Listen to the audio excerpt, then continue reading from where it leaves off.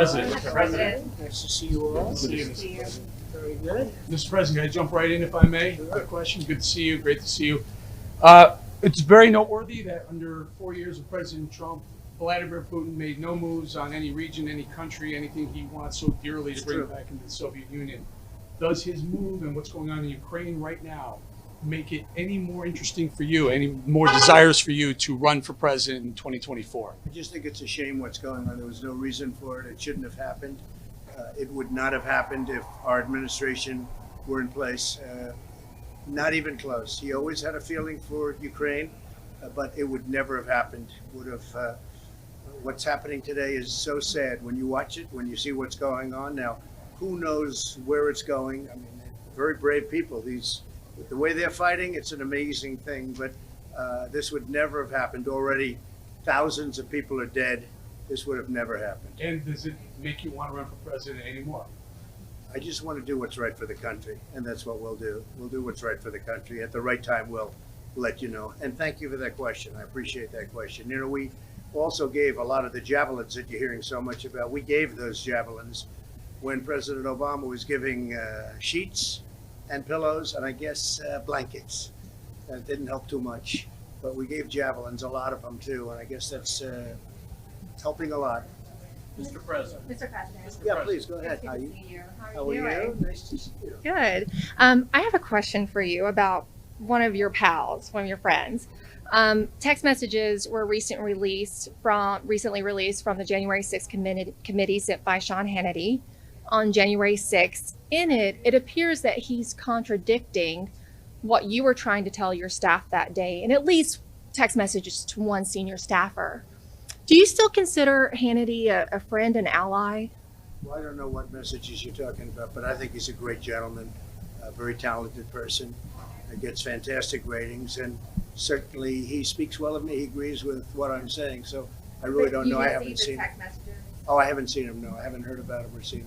No, I think he's fantastic. Mr. President. Mr. President. Yeah, Mr. President, during your whole administration, the slogan "Promises Made, Promises Kept" resonated. Last year, you promised to roll out a social media platform that all Americans can jump on to secure their voice. Just 2 weeks ago, you rolled out Truth Social. Yeah. Would you please comment on the success of this rollout and how significant it is in our culture of communication? Well, I think it's been an incredible success. I mean, you have hundreds of thousands of people trying to get on, and we're doing it very slowly. You know, you open something like that. I had hundreds of millions of people. All of a sudden, we had nobody. We had no voice, and now we're going to have a very strong voice again. We have tremendous, as you see, and we're getting tremendous reviews too on the platform itself, but it's slowly been opened. People are getting on and they're loving the product, and we're getting a voice. When can we get your first post? Well, we'll be doing it pretty soon. I wanted to hold on a little bit, but people are loving it, as you know, and I love the fact that we got the word truth. Truth is a great word. Yeah. Right now, the app, as of this morning, the waiting list is closing in on 1 million people. Has that even exceeded your expectations? I thought it would do very well. I've done very well in this world, and I thought it would do very well. But the two things I'm really happy about, they love it once they get on, and the list of people wanting to get on is record-breaking. So we're very happy. Mr. President. Yeah, please. Hi. We're seeing a lot of bravery from Ukrainian President Vladimir Zelensky.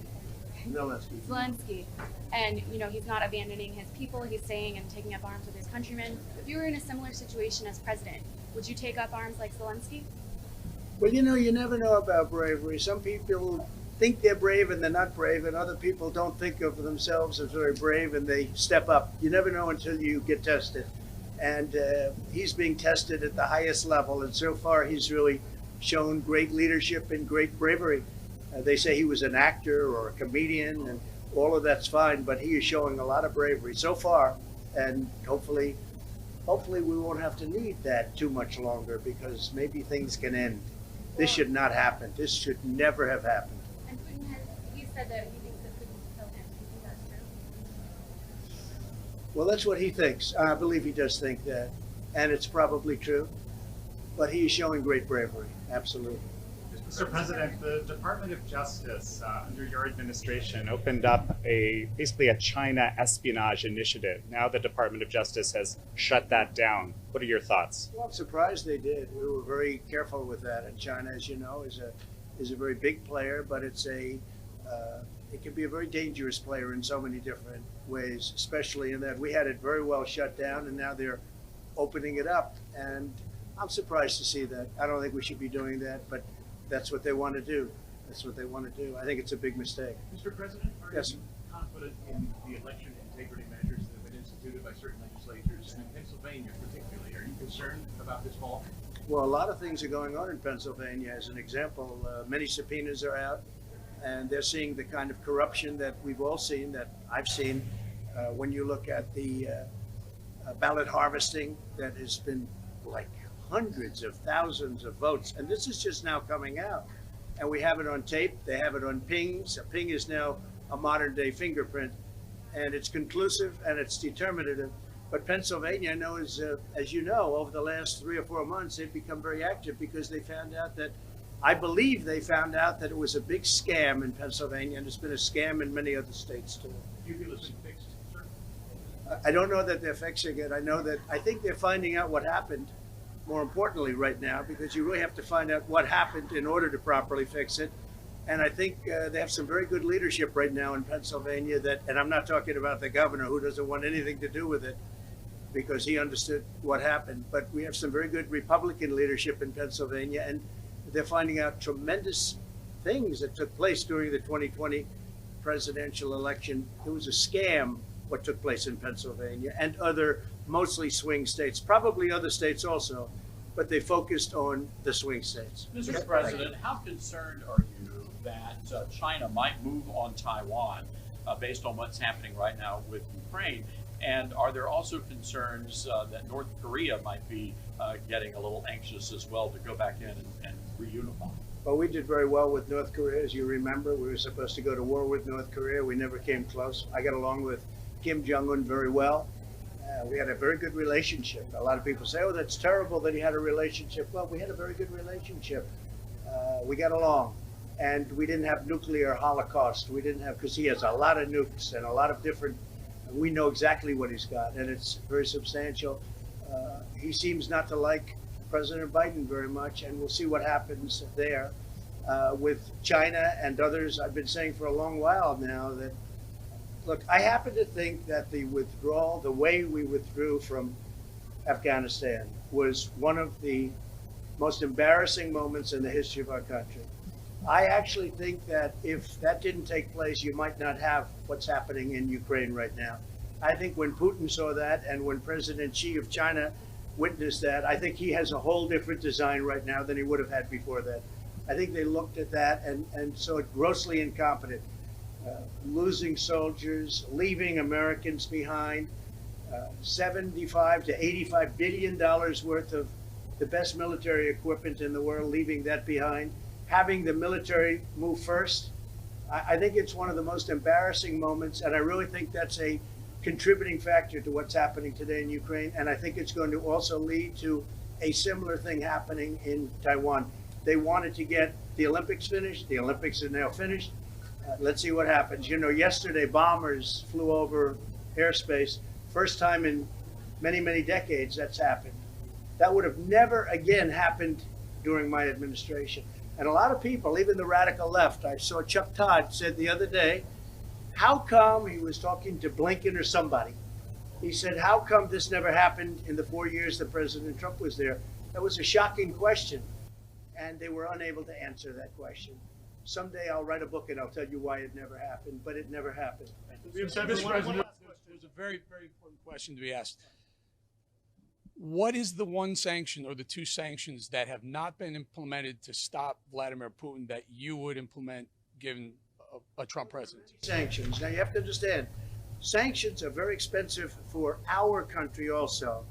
But the one that people are talking about, which is very, very severe, as you know, is SWIFT. And that just really destroys a banking system of a country.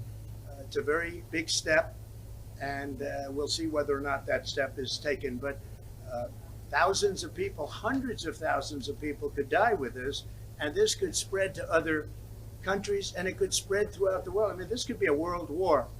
Something has to be done. Should have never started, and it did, and something has to So be a quick done. follow-up. So that would be the one that seems to be on most people's minds. If you read, if you see, if you study, that seems to be the one So that's given the situation the most now, powerful. what should be done? If you were president right now and the situation is what it is now, which you say it wouldn't have gotten here, what should Joe Biden do? What should the Biden administration Well, I do? think I know exactly what should be done. Number one, we shouldn't be here.